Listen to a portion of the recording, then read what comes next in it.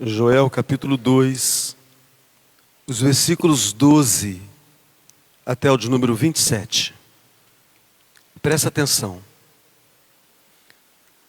Ainda assim, agora mesmo, diz o Senhor, convertei-vos a mim de todo o vosso coração, e isso com jejuns, com choro e com pranto. Rasgai o vosso coração, e não as vossas vestes, e convertei-vos ao Senhor vosso Deus, porque Ele é misericordioso e compassivo, e tardio em irar-se, e grande em benignidade, e se arrepende do mal. Quem sabe se não se voltará e se arrependerá, e deixará após si uma bênção, uma oferta de manjares e libação para o Senhor vosso Deus?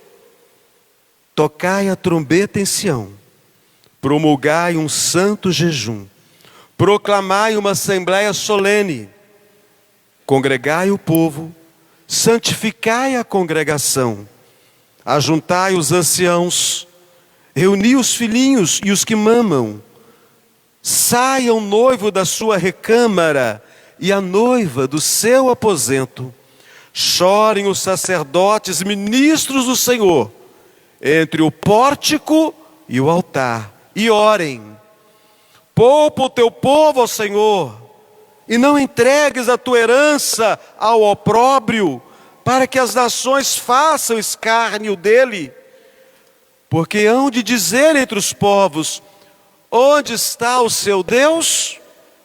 Então o Senhor se mostrou zeloso da sua terra, compadeceu-se do seu povo, e respondendo-lhe disse, eis que vos envio o cereal, e o vinho, e o óleo, e deles sereis fartos, e vos não entregareis mais ao opróbrio entre as nações. Mas o exército que vem do norte, eu o removerei para longe de vós, lançá-lo-ei em uma terra seca e deserta, lançarei a sua vanguarda para o mar oriental e a sua retaguarda para o mar ocidental. Subirá o seu mau cheiro e subirá a sua podridão, porque agiu poderosamente. Não temas, ó terra, regozija-te e alegra-te, porque o Senhor faz grandes coisas. Não temais, animais do campo, porque os pastos do deserto reverdecerão, porque o arvoredo dará o seu fruto, a figueira e a vide produzirão com vigor. Alegrai-vos, pois, filhos de Sião, regozijai-vos no Senhor vosso Deus, porque Ele vos dará em justa medida a chuva, fará descer como outrora a chuva temporã e a serôdia.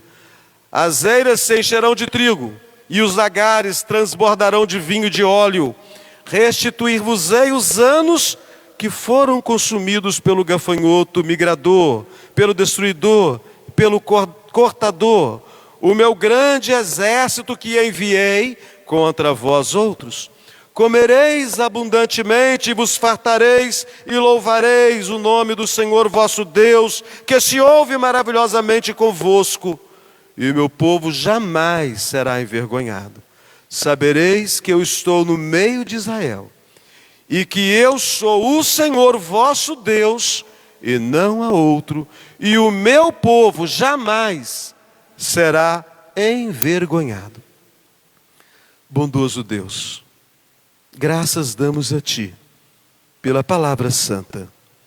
Ilumina agora, Senhor, a nossa mente, o nosso entendimento. Nós que temos tantas dificuldades de nos atentarmos às coisas espirituais, nós cuja mente e atenção tem estado tão voltado para as coisas desse mundo, ajuda-nos, ó Deus. Fala conosco, Senhor, pela Tua graça, favor, pela Tua misericórdia. Em nome do Senhor Jesus oramos. Amém. Meus irmãos queridos, é bem possível que você venha passando por alguma dificuldade na sua caminhada. Não tem que ser profeta para falar essas coisas. Nós vivemos dias difíceis. O Evangelho em nosso país, ele passa por um momento estranho. E nas Escrituras Sagradas, nós encontramos conforto para os tempos difíceis da nossa caminhada aqui. O texto nos mostra a nação de Israel enfrentava uma crise profunda, inimigos constantes, uma seca devastadora, uma invasão de gafanhotos. As tragédias deixaram a terra em ruínas e o povo desmoralizado. E assim muita gente se encontra nesse instante que nós estamos pregando a palavra.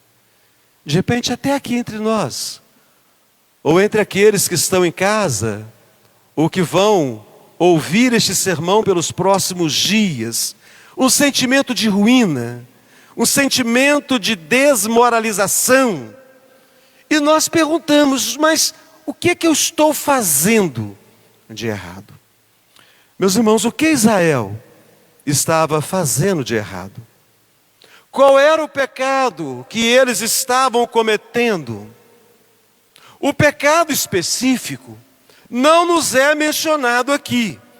No entanto, fica muito evidente para nós, Sanderson, que o povo caiu em complacência e apatia em relação a Deus. Estavam indiferentes para com as coisas de Deus. Não levavam Deus a sério.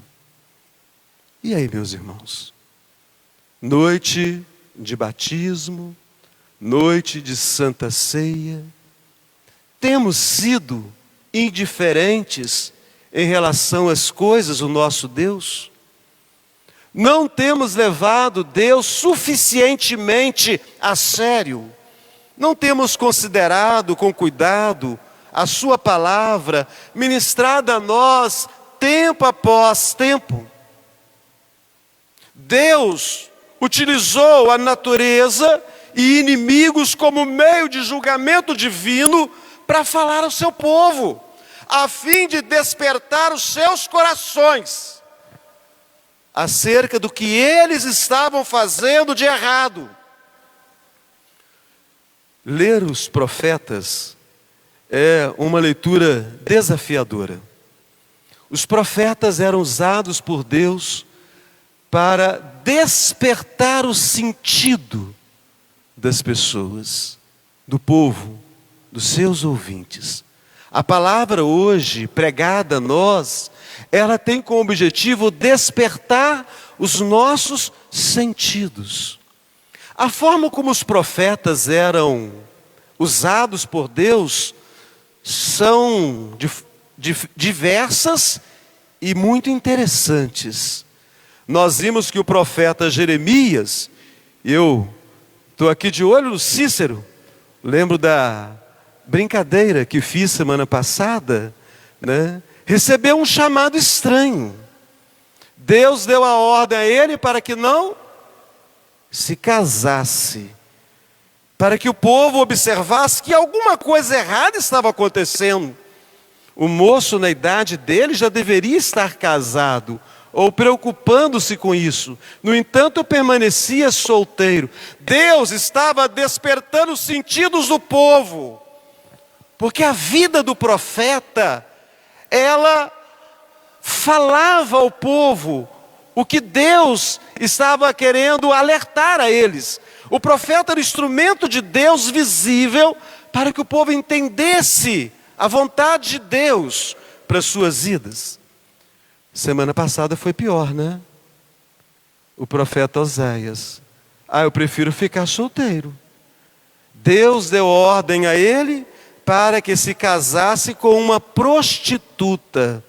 Falamos dos questionamentos que os doutores têm sobre essa questão, mas nós vamos trabalhar a simplicidade do texto, que diz que foi uma mulher de prostituições que ele tomou para si como esposa, para que o povo todo arregalasse os olhos e assustado ficasse com aquela situação de um homem tão proeminente, um porta-voz de Deus, e entendessem que alguma coisa muito, muito errada, muito estranha estava acontecendo. Pela manhã nós vimos o profeta Ezequiel, Deus também usando o seu servo de uma forma teatral, em 2 atos muito interessante. Primeiro, o profeta faz a sua mala e coloca a sua mala do lado de fora de casa. Já pensou? Pastor Rodrigo, já pensou? Vamos fazer a nossa mala, vamos colocar do lado de fora. Vai todo mundo passar o dia inteiro. Pastor, o senhor vai fazer uma viagem? O senhor vai passear? O Guilherme e a Luísa colocam as malas do lado de fora lá. Vocês vão viajar? Vão fazer algum passeio? Fica o dia inteiro a bagagem dele ali. No final do dia, ele abre um buraco na parede. Que parede, gente? O muro da cidade, a proteção da cidade. Ele abre um buraco. Mas se ele pode sair pela porta principal, por que furar um buraco, arrombar, fazer uma brecha no muro? É para mostrar que a saída era uma saída não usual. Ele estava fugindo de alguma coisa. Estavam fugindo dos inimigos que estavam chegando e que haveriam de se apoderar da cidade. E hoje, nesse instante, nós estamos vendo o profeta Joel. Não de uma forma dramática a sua própria pessoa, mas nós o vemos aqui usando elementos da natureza. A natureza geme, seca e ataques de gafanhotos. E inimigos que se levantam contra a nação. Inimigos terríveis. A sua aparência é como a de cavalos. E como cavaleiros assim correm. Estrondeando como carros, vem saltando pelos cimos dos montes. Crepitando como chamas de fogo, que devora o restolho como povo poderoso, posto em ordem de combate. Deus estava despertando os sentimentos da nação. Alguma coisa estranha estava acontecendo. Meus irmãos, quando começa a vir problema em cima de problema, problema somando problema, problema multiplicando o problema, eu preciso parar. Eu preciso colocar a mão na consciência. Eu preciso fazer considerações. Será que isso é só obra do acaso? Será que isso é natural a todas as pessoas? Isso que está acontecendo comigo é natural na minha história, na minha caminhada? Deus usa os eventos da vida para mostrar que alguma coisa não vai bem em nossa caminhada. O que Deus está usando para mostrar para você que alguma coisa não vai bem em relação à sua espiritualidade, em relação à sua caminhada com Deus, à sua vida com Deus. De repente são problemas que estão se acumulando. Eu não sei, você sabe muito bem, tanto quanto eu sei, quando algumas adversidades vêm sobre a minha vida. Mas, irmãos queridos, nós somos convidados a voltarmos os olhos para a palavra que diz de si mesma: toda escritura é inspirada por Deus. Logo, embora tendo escrito para os judeus mais de 700 anos antes de Cristo, ou seja, uma mensagem que já tem mais de 2.700 anos, com certeza Joel tem lições preciosas para mim e para você. Lições preciosas como foram para aquele povo, lições preciosas para nós, o povo do Senhor. Vejamos algumas coisas que nós temos experimentado. Corrupção política. Há corrupção política no Brasil? Né, gente? Infelizmente, né? Essa risada é sarcástica, né? De prazer, de tristeza. há corrupção política, há violência nas ruas. Nas grandes cidades a violência está estampada. O pecado, porventura, tem sido chamado de cultura. Aqueles que denunciam o pecado têm sido chamados de terrivelmente evangélicos, terrivelmente crentes, extremistas da fé. E não bastasse isso, quando nós olhamos para dentro da igreja, tanta confusão. Eu usei uma expressão de manhã na escola dominical que a Noemi regalou os dois olhos, aquele olhão para o meu lado, né? Sinagogas de Satanás. Algumas igrejas que estão no nosso meio são verdadeiras sinagogas de Satanás. Elas não têm compromisso com o ensino das Escrituras. Logo, os dias são sombrios, tanto quanto aqueles em que viveu o profeta Joel. Mas Gregory, desespera não, sossega o coração. Há esperança. Eu preciso ter esperança acerca da igreja. Eu preciso ter esperança acerca da minha família. Eu preciso ter esperança acerca da minha vida particular com Deus. Eu preciso ter esperança para o futuro, né, Pedrinho? O que vai ser do Pedro daqui a 20, 30 anos? Eu preciso ter esperança para os meus filhos, para os meus netos, para a minha descendência. Logo, irmãos, eu quero compartilhar com vocês, firmado aqui nessa profecia de Joel, o seguinte tema: não é tarde demais. Vamos falar juntos? Não é tarde demais. Só vocês? Vamos começar com o problema? Vamos começar com o problema, né? O capítulo 1 vai nos ajudar a entender o texto que nós lemos aqui do capítulo 2. Olha o versículo de número 4. Vamos começar a entender o problema. O que estava acontecendo? Olha o versículo de número 4. Leia comigo o versículo 4. O que deixou o gafanhoto cortador, o gafanhoto migrador, o que deixou o gafanhoto migrador, o que deixou o devorador, o povo enfrentou devastação. Devastação causada por sucessivas invasões de insetos, que destruíram as plantações e deixou o povo sem comida, sem alimento. Falta de alimento traria algum problema para a sua vida? Eu creio que sim.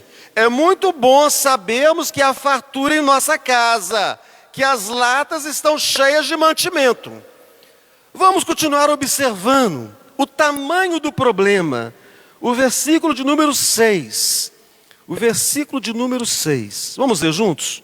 Porque veio um povo contra a minha terra, poderoso e inumerável, os seus dentes são dentes de leão, e ele tem os queixais de uma leoa. Além dos insetos, eles enfrentaram invasões das nações vizinhas, exércitos que destruíram as vinhas, exércitos que destruíram os pomares, inimigos fortes, numerosos, pareciam imparáveis, ameaçando com fome e destruição total. Mas tem mais problema. Vamos olhar os versículos 11 e 12. Os versículos 11 e 12, vamos ler juntos? Envergonhai-vos, lavradores, uivai, vinhateiros, sobre o trigo e sobre a cevada, porque pereceu a messe do campo. A vide se secou, a romeira também, todas as árvores do campo se secaram. Desolação. Uma severa seca atingiu a terra, e ela resultou em falha nas colheitas, sem chuva. rebanhos e animais selvagens perecem devido à escassez da água e de pasto. Incêndios devastadores destroem as florestas. Meus irmãos, nós já paramos para nos perguntarmos por que algumas vezes os problemas se multiplicam? Foi acaso? Foi mais uma série de tragédias na história da humanidade? Foi alguma coisa, foi um acaso? Alguma coisa aconteceu num determinado momento apenas? Joel fala que não. Olha o versículo 15, escuta.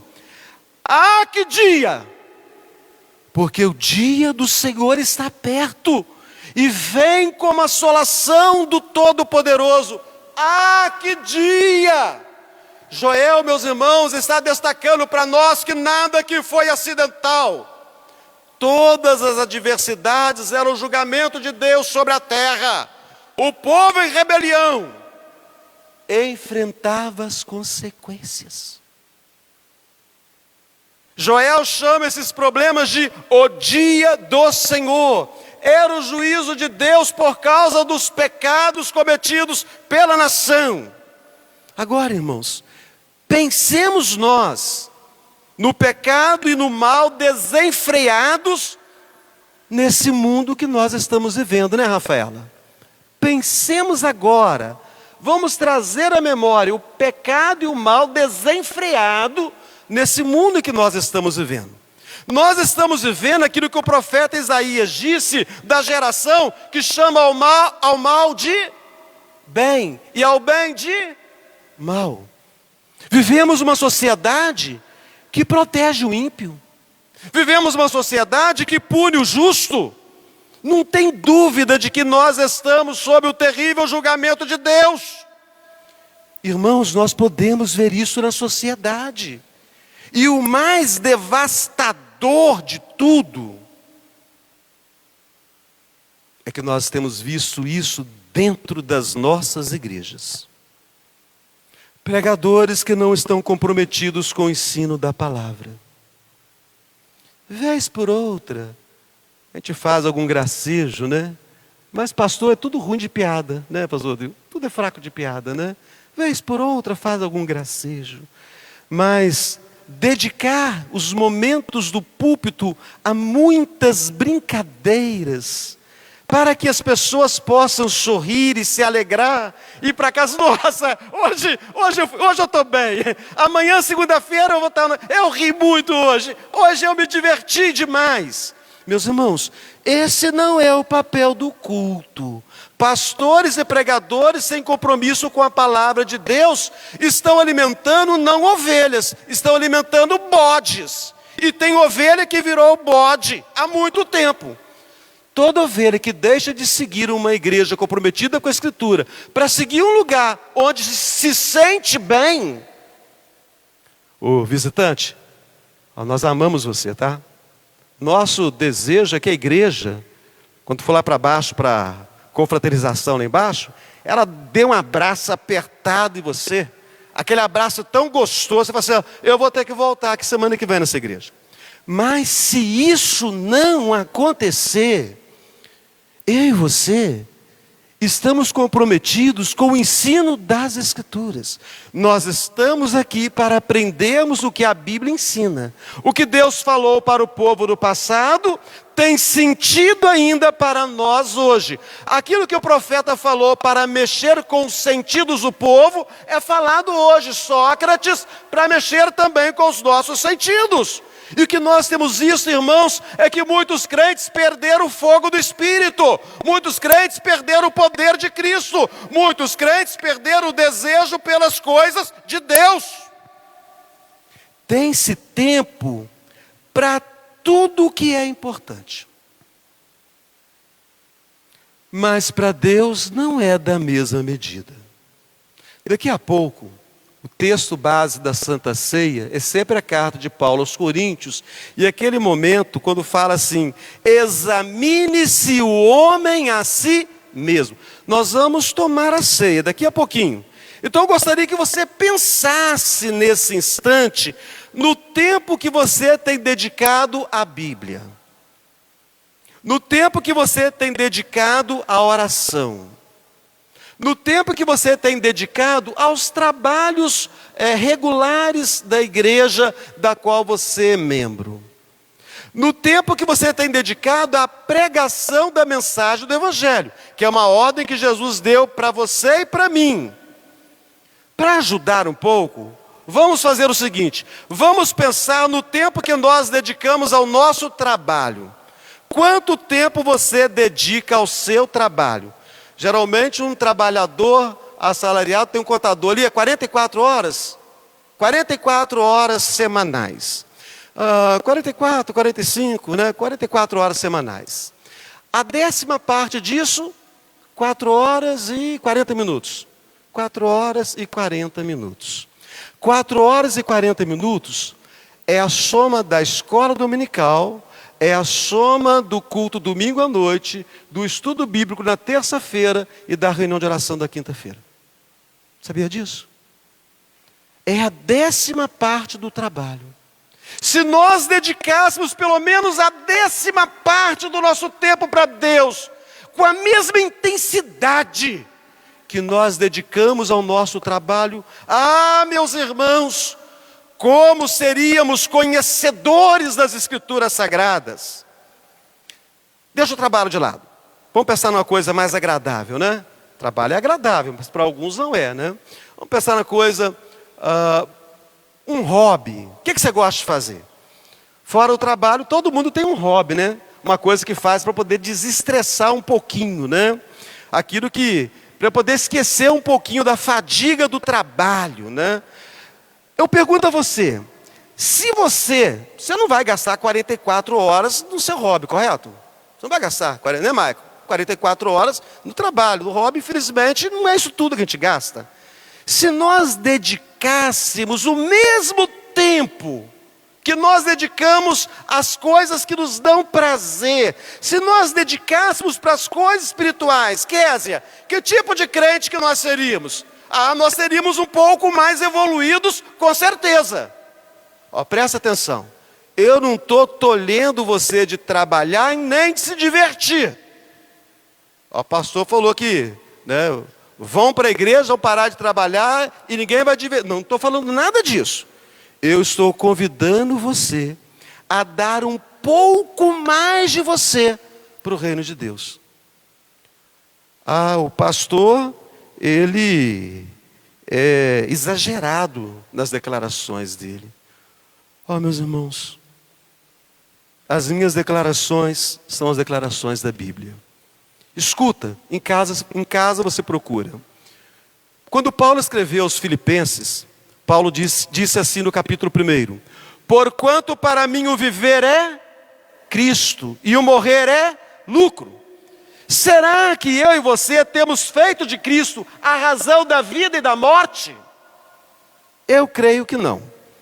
No Evangelho de Lucas, no capítulo 9, dizia a todos, Jesus falando: se alguém quer vir após mim, a si mesmo se negue dia a dia, tome a sua cruz e siga-me. Irmãos, nós temos renunciado a algumas coisas para vivermos mais próximos do Senhor. Será que nós temos sacrificado? Aqui fala, renunciar dia a dia. Será que algum dia da semana eu renuncio a alguma coisa para poder ficar mais próximo de Deus? O escritor dos Hebreus, no capítulo 12, ele disse assim: desembaraçando-nos de todo o peso e do pecado que tenazmente nos assedia, corramos com perseverança a carreira que nos está proposta, olhando firmemente para o autor e consumador da fé. Quem é ele? Jesus. Viver focado em Cristo, não deixar nada roubar a visão do alvo eterno. No Evangelho de João, é necessário que façamos as obras daquele que me enviou enquanto é dia. A noite vem, quando ninguém pode trabalhar. Então, eu tenho aproveitado o tempo presente, enquanto tenho saúde, disposição. Sabe por quê? Podem vir adversidades amanhã. Estou jogando praga no céu, não. Não, Berto. Podem vir adversidades amanhã. Uma enfermidade, um problema, ou até mesmo a morte. Você tem certeza? Você garante que você vai ficar vivo amanhã o dia inteiro? Eu não posso dar essa garantia para ninguém. E aí, não faremos mais as obras de Deus e nem a dos homens que nós tanto prezamos, que nós tanto valorizamos, que nós tanto cuidamos.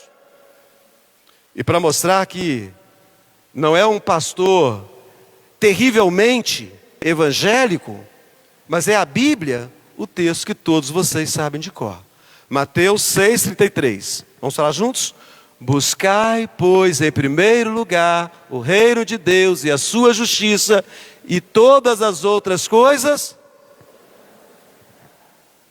Deus vem antes da família. Deus vem antes do trabalho.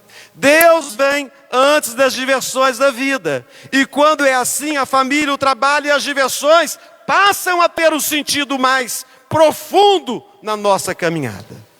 Diante dessa realidade e o fato que vamos nos alimentar da Santa Ceia, o que fazer? O que fazer, Isabela? Entrar em pânico? Entrar em desespero? Não. Ainda tem jeito, porque nunca é tarde demais. Vamos falar juntos? Nunca é tarde demais. Nós vimos o problema. Vamos agora olhar para o apelo do profeta, aqui do capítulo 2. Vamos olhar para o apelo do profeta. Mas antes de entrar no apelo do profeta, deixa eu fazer uma consideração. Uma das orações solicitadas no culto, mais difíceis de serem executadas por nós os cristãos, é a oração chamada de adoração. Essa é uma das orações de maior dificuldade de execução. Quando alguém é convidado a fazer tal oração, geralmente pede tudo. Pede pelos enfermos, confessa o pecado, faz tudo na oração, mas não adora. Meus irmãos, a oração de adoração é para nós exultarmos, nos maravilharmos e exaltarmos a Deus, a sua grandeza, o seu poder, a sua graça, o seu favor. A Bíblia nos mostra alguns homens que se maravilharam da grandeza de Deus. Será, Leniel, será, Noemi, será, Marcos, que nós vamos participar do pão e do cálice da forma adequada, se nós não nos maravilharmos e exultarmos a esse Deus tão grande, tão extraordinário? Quando você olha lá no livro de Êxodo, Moisés diz assim no capítulo 34: e passando o Senhor por diante dele, clamou: Senhor, Senhor, Deus compassivo, clemente e longânimo, grande em misericórdia e fidelidade. É assim que ele tem que ler o texto. Ele está maravilhado desse Deus. Então, esse maravilhamento estava no fato de que Israel havia acabado de pecar gravemente com um bezerro de ouro. Ao invés de aniquilar o povo, Marília, Deus se mostra misericordioso, a graça surpreende diante da culpa. Davi, no Salmo 8, versículo 4, Davi está lá expondo as grandezas de Deus, aí ele exulta nesse momento e exalta a Deus, que é o homem, que dele te lembres, e o filho do homem, que o visites. Então ele está maravilhado em face à grandeza da criação, lua, estrelas, céus. E Deus se importa com você, Silane. Presbítero Robson, Andréia, eu. Deus se importa conosco, tão pequeninos e frágeis. Então o salmista fica espantado diante de tanto amor de um Deus tão grande, ao ser tão pequeno. O profeta Miqueias, lá no capítulo 7, ele também está maravilhado. Aí ele diz: quem, ó Deus, é semelhante a ti, que perdoas a iniquidade e te esqueces da transgressão do restante da tua herança? o Senhor não retém a sua ira para sempre, porque tem prazer na misericórdia. Então Miqueias, ele se espanta, porque Deus não guarda ira. Quanta ira você tem guardado no seu coração? Quanta ira eu tenho guardado no meu coração? Deus não guarda ira. Não existe outro como Deus que tenha tanto prazer em perdoar. Percebe? Esses textos revelam a admiração dos homens diante da bondade divina. Um Deus que se compadece, um Deus que perdoa, um Deus que acolhe, um Deus que trata os seus filhos com ternura, mesmo diante da fragilidade e do pecado humano. Mas o que tudo isso tem a ver com Joel? Tem a ver aqui com esta ministração do capítulo 2 para nós. Irmãos, o momento era caótico. O juízo já estava determinado por Deus. A sentença já havia sido anunciada. Os gafanhotos estavam destruindo as plantações. A seca era extrema. Os rios secaram. O fogo consumiu os pastos. Os rebanhos de ovelhas morreram. O barulho dos carros de guerra dos assírios e a respiração forte dos seus cavalos se aproximavam para invadir a nação de Judá. Leia esse texto e coloque-se dentro dessa narrativa. E você vai ser tomado de grande pavor diante dessa ameaça. A devastação seria total. As casas seriam invadidas. Famílias seriam destruídas. Pessoas seriam mortas. No entanto, Deus oferece, como que no último momento, na hora derradeira, Deus oferece a sua compaixão. Deus oferece o seu favor. Deus convida o povo a uma nova oportunidade. Deus está dizendo o quê? Não é tarde demais. O que Deus está dizendo? Não é tarde demais. O que eu preciso fazer então, para que não seja tarde demais? O que eu preciso fazer para uma volta completa a Deus? Eu preciso de um arrependimento profundo. Aqui no versículo 12, eu vou me limitar apenas a ele. Ainda assim, agora mesmo, diz o Senhor, convertei-vos a mim de todo o vosso coração. Deus está buscando um povo com o coração rasgado. Deus está buscando um povo em contrição. Deus não quer apenas roupas rasgadas, como era costume do povo rasgar a roupa, vestir pano de saco. Deus quer muito mais. O juízo estava à porta. Eles estavam folgados em seus pecados. Meus irmãos, quantas pessoas movidas por um sermão, no momento de emoção, fazem promessas tão lindas para Deus, comprometem-se a orar com mais fervor, ler a Bíblia, frequentar regularmente os trabalhos da igreja. Opa, peraí, nós presbiterianos, todos nós já fizemos isso, né? Na pública profissão de fé, as promessas solenes que nós fizemos como quando fomos recebidos como membros da igreja. E aí, passam-se as semanas, os meses, os anos. E o povo de Deus se parece com o povo daqueles dias. Um povo superficial, que promete, mas que não cumpre. Deus quer um arrependimento profundo. Você quer voltar-se totalmente para Deus? O arrependimento precisa ser profundo. Você quer voltar-se totalmente para Deus? Você tem que fazer isso, diz aqui, com jejum. Ou seja, para que eu possa voltar totalmente para Deus, essa volta precisa ser marcada por uma profunda convicção de culpa. Sabe por quê, Aline? Deus não aceita uma forma comum de arrependimento. Não basta falar assim, Senhor, a partir de hoje eu estou disponível para trabalhar na igreja. É preciso reconhecer o pecado. é preciso confessar o pecado.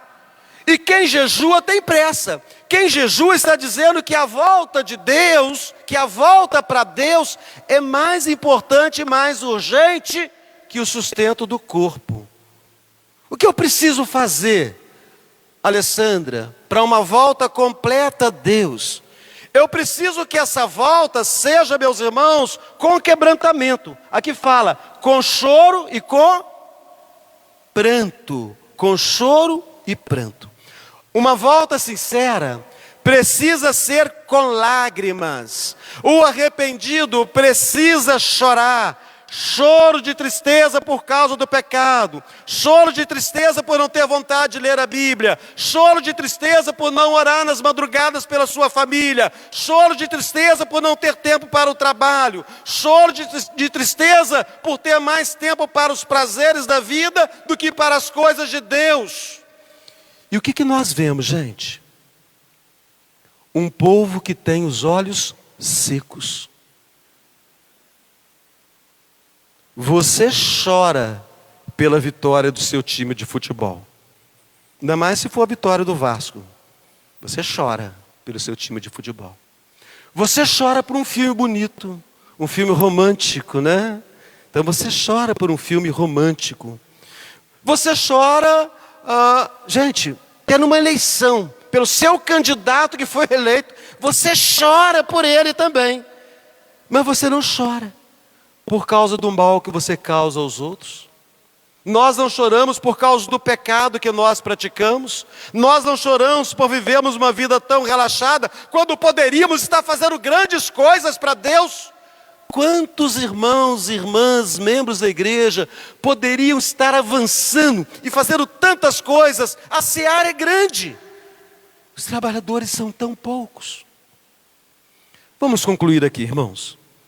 A mensagem de Joel, ela nos lembra que nunca é tarde demais.